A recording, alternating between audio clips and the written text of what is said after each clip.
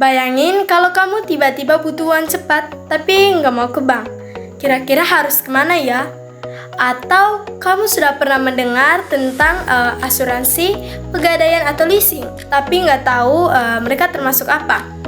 Nah, semua itu termasuk ke dalam lembaga keuangan non-bank. Lembaga keuangan non-bank adalah lembaga yang bergerak di bidang keuangan, yang tugasnya menghimpun dan menyalurkan dana ke masyarakat.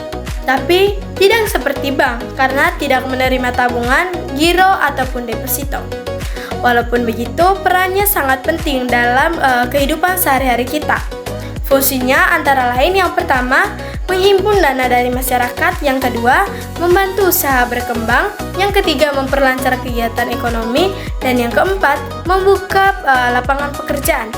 Contohnya, ketika ada orang punya uang lebih lalu diinvestasikan, uang itu bisa dipakai oleh orang lain untuk membuka usaha. Jadi ekonomi bisa terus berjalan. Nah, sekarang kita bahas tentang jenis-jenisnya dengan contoh sehari-hari. Pertama, pegadaian. Pegadaian adalah tempat untuk meminjam uang dengan jaminan barang. Contohnya, misalkan kamu butuh uang mendadak untuk bayar uang sekolah, lalu menggadaikan emas atau HP. Nanti setelah punya uang, barang itu bisa kamu tebus kembali.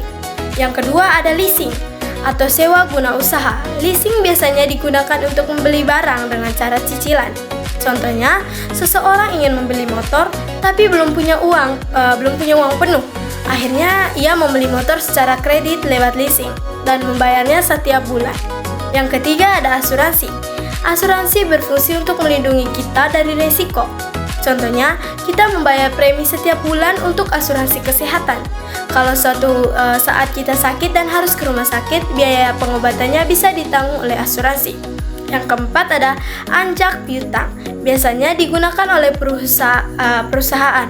Contohnya, ada toko yang menjual barang secara kredit dan belum dibayar. Nah, supaya cepat dapat uang, tagih itu dijual ke perusahaan anjak piutang, lalu perusahaan tersebut yang akan menagih ke pembeli. Yang kelima ada modal ventura. Modal ventura adalah lembaga yang memberikan modal untuk usaha. Contohnya, ada orang yang punya ide bisnis tapi tidak punya uang.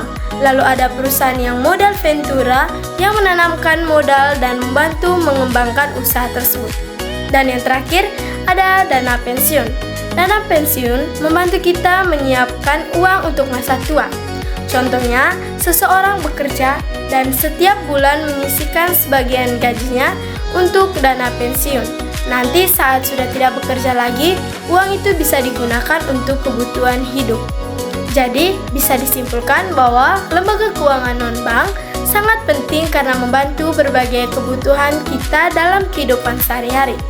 Mulai dari pinjaman, cicilan, perlindungan, sampai investasi. Dengan memahami ini, kita bisa lebih bijak dalam mengatur keuangan kita. Terima kasih sudah menonton, semoga bermanfaat.